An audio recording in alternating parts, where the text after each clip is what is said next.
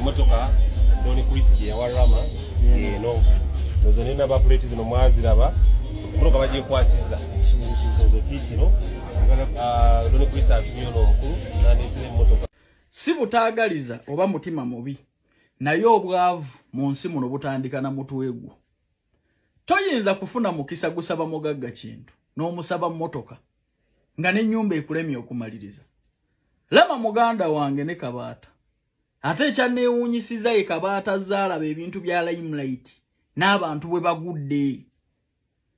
Kambanyumize katono mulaba abantu abo President Museveni baasiibaawo amamotoka ge batasobola ne bamaliriza nga wayiseewo ebbanga ttono nga bakaaba kubanga akuwa emmotoka ninga toyina mulimu gugenda gigabirira mafuta. Kati okwata omuvubuka omutwale ku kyeyo nga n'ennyumba emulemye okumaliriza omuwe emmotoka nga tagenda kugivugira ku intaneti. Kyovala badoni kulisi nagamba webalo olw'omutima omugabi naye abavubuka bawe bye beetaaga ebituufu ebigenda okubayamba. Omuvubuka atasobola wadde akagaali wadde boda boda omuwootya emmotoka talina kyalya. Omuntu oyeetaaga ettaka omugulire yiikaze ettaka bbiri ateekeko embizi oba alimeko kasooli gwogamba nti wamuwadde emmotoka. Lama yeetaaga okulunza embizi omugende nti buli lwekulu ezaala tugaba n'ebyana olw'okulaakulanya omuvubuka.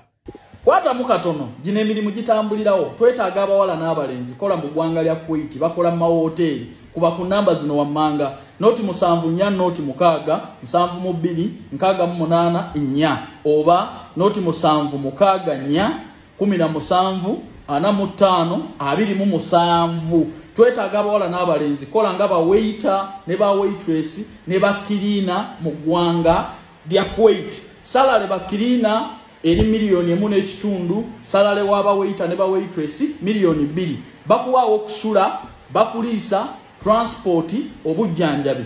Mbajjukiza n'ekya vacation buli mwaka ekyo kibadde tekiriiwo. Contract ya myaka 2 mutambulirawo interviews zigenda maaso. Ate abakulu ba staff eba Uganda babagambye nti sente zo ziteekamu ng'omaze kulaba ku visa bakubireko twesangeyo. Naye olw'obusiru mutwe gwe n'omukisa gwafunye ogumu gwokka ku mugagga amusabye emmotoka nga tagenda givugira ku intaneti tagenda kugivugira ku kyeyo. Kati obwavu mutwe butandika na mutwe gwo. Abagezi basaba ebintu ebibakulaakulanya. Kabaata obadde mu Limelight ogirabye okimanyi bulungi nti buli mukisa gw'ofuna olina okulaba nti gukola amakulu mu bulamu bwo.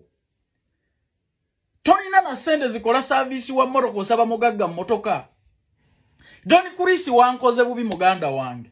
Oli musajja mugabi akasente ko kalina ne bwoba owa abavubuka bano bayambo bawe ebintu ebituufu ebisobola okubayamba mu bulamu. Toyinza kukwata mmotoka n'ogiwa muvubuka yeetaaga sabbuuni na kyangwe.